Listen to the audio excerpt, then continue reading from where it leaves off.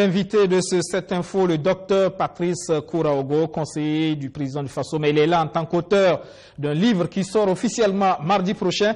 La guerre verbale et symbolique de la période pré-insurrection au Burkina Faso, analyse socioculturelle Mouaga des joutes verbales et gestes des acteurs sociopolitiques. Bonsoir docteur. Bonsoir. Merci de répondre à notre invitation. Merci.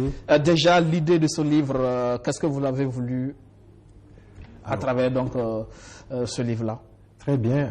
Alors, comme on l'a dit, il faut toujours ajouter à la terre quelque chose.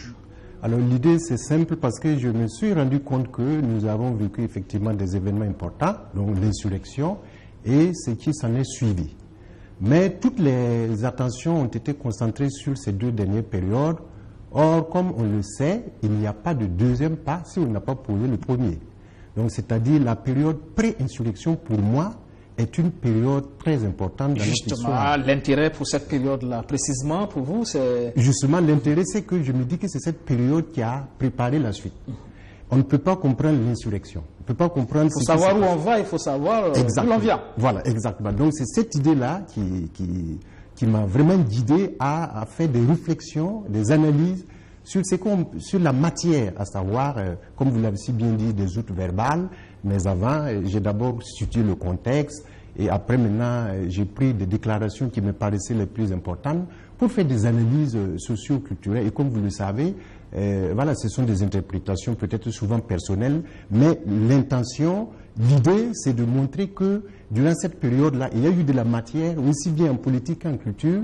Et je me dis que pour l'histoire et pour nos enfants, c'est toujours bon d'avoir l'ensemble de tout cela dans un document pour laisser à la prospérité. Donc, justement, vous parlez de guerre verbale, on pourrait même parler de violence verbale pour cette période pré-insurrection. Exactement, voilà, parce qu'effectivement, c'est vrai, on va dire que le mot guerre, c'est un peu fort, mais même vous savez, pour préparer la paix, souvent, il faut passer par la guerre.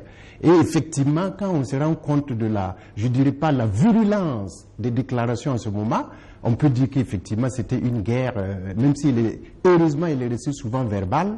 Et ensuite aussi, il y a la guerre symbolique parce que, comme vous le savez très bien, aussi bien en Afrique qu'au Burkina, les symboles aussi ont leur sens. Donc pour moi, ça a été une période où les acteurs, non seulement politiques, mais même les acteurs sociaux, se sont livrés à une telle guerre parce que, comme je le dis dans l'ouvrage, à un certain moment, même le citoyen lambda était obligé de se prononcer. Soit vous êtes pro-révision ou bien anti-révision, mais vous ne pouvez pas avoir une position du milieu. Donc voilà, c'était des positions un peu cristallisées et je crois que c'est intéressant quand même qu'on déconstruit cette période-là, qu'on déconstruit cette matière-là pour qu'on puisse tirer des leçons. Voilà un peu l'objectif de l'œuvre. Les violences verbales, mais les mots font souvent très mal. Parfois même plus que les balles. Hein? Oui, effectivement. Comme disait un auteur, il faut désarmer les mots parce que les mots sont souvent effectivement plus violents que la violence physique.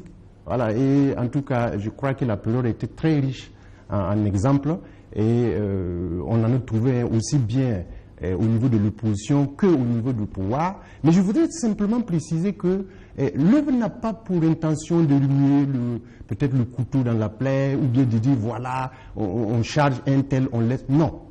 Tous les acteurs, en tout cas, ont été passés en scribe et la mission, c'est ça.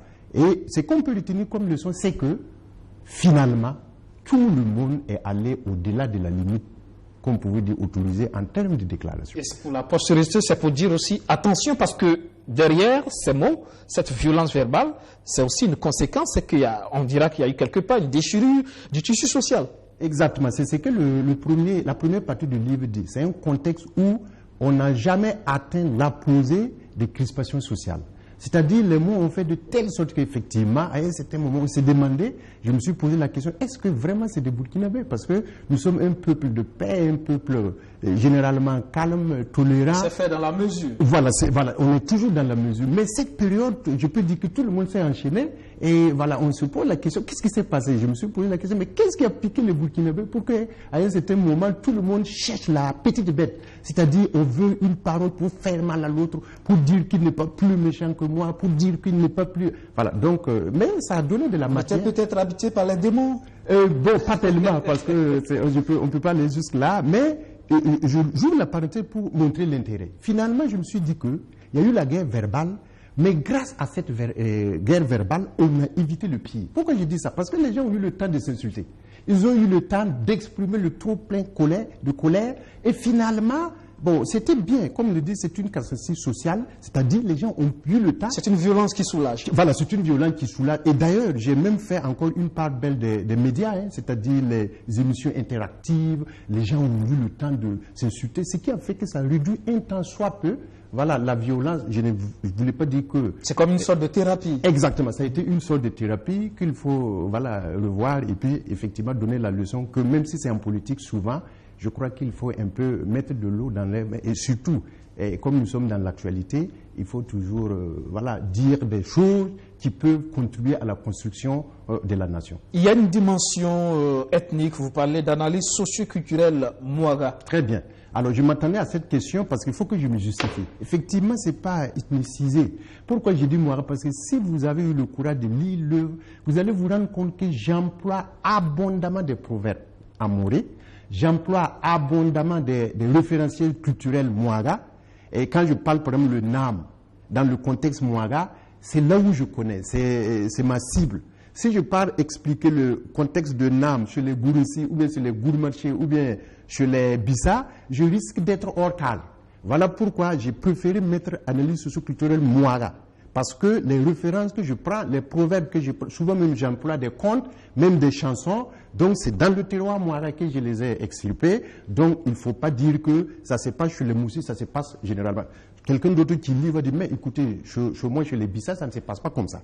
Donc c'est pour une posture scientifique que j'ai dit que c'est une analyse socio-culturelle Mouaga, parce que ma référence, c'est ici, c'est sur cette matière que je travaille, et la plupart de mes publications, c'est effectivement en référence à ce qui est au contexte Mouaga. Et finalement, vous êtes arrivé à quelle conclusion? Que cette violence verbale qui a quelque peu mis à mal le tissu social, est-ce qu'on a réussi à recoller les morceaux aujourd'hui? Effectivement, c'est ce que je dis au niveau de la troisième partie de l'œuvre, c'est ça. Je dis, voilà, il faut réinventer un nouveau contrat social de vivre ensemble. Et à l'intérieur, j'invite les gens à mettre en marge, non pas en marge, c'est à mettre en exergue les valeurs culturelles. Ce sont nos valeurs culturelles que nous sommes nés trouver, la solidarité, la probité, l'honnêteté, le travail, c'est ça qui va nous permettre davantage d'être ensemble. Et donc, je dis, on n'a pas d'avenir si nous n'avons pas de références, surtout les références culturelles. Il ne faut pas qu'on dise, nous sommes en politique, tout est permis, nous sommes en économie, tout est permis. Non, nous sommes un peuple qui a des valeurs, et ces valeurs-là sont des valeurs culturelles, ce sont des valeurs même civilisationnelles que nos parents nous ont léguées, ce sont des très bonnes valeurs, ce que j'ai appelé les valeurs fondatrices, donc il faut continuer à cultiver ces valeurs-là. C'est seulement sur la base de ces valeurs que nous pouvons vraiment vivre ensemble, et personne n'a un intérêt à ce qu'on n'ait pas la cohésion. Donc j'invite tout le monde, effectivement, à se référer à ces valeurs-là pour qu'on puisse construire un Burkina Faso plus prospère et plus uni, et pour qu'on puisse aller à la bataille, c'est-à-dire développer notre pays. Un débat démocratique qui doit être intégré dans nos valeurs, justement. Exactement, voilà. Il faut faire, ce que j'aime dire, il faut tropicaliser la démocratie, c'est-à-dire il faut prendre les valeurs qui sont les nôtres et maintenant calquer notre façon de faire la politique. Pour que ça ne reste pas une greffe occidentale. Exactement, parce que c'est là que se trouve le danger. Voilà. Et justement, c'est un livre d'un intérêt certain et d'actualité, surtout parce qu'on remarque qu'en Afrique, chaque période, à chaque approche d'élection, chaque élection est source de problèmes. On le voit actuellement au Zimbabwe, on le voit au Mali déjà où la tension monte. On a vu voir tout à l'heure les propos de certains candidats malheureux.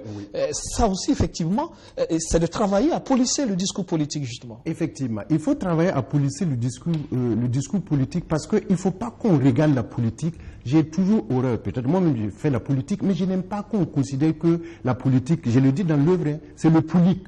à Morée, ça veut dire que c'est un coin où il y a le mensonge, il n'y a pas d'honnêteté. Moi, j'ai horreur qu'on conçoive la politique comme ça.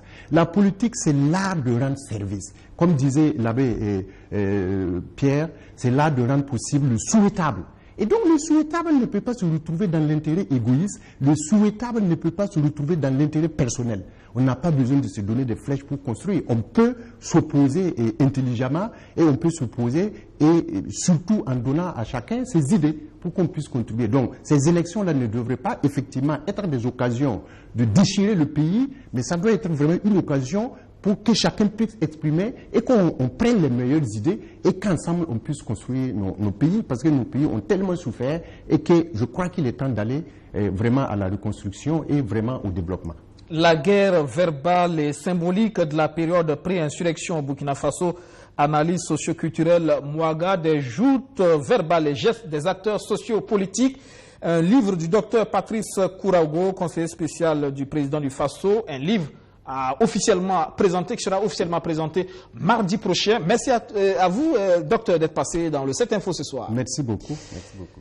Et ça sera tout pour ce 7 Info. Merci de l'avoir suivi. Excellent suite de programme sur notre chaîne. L'actualité revient sur BF1 demain, sous le coup de 7 h. Excellent suite de programme sur notre chaîne. Bonsoir.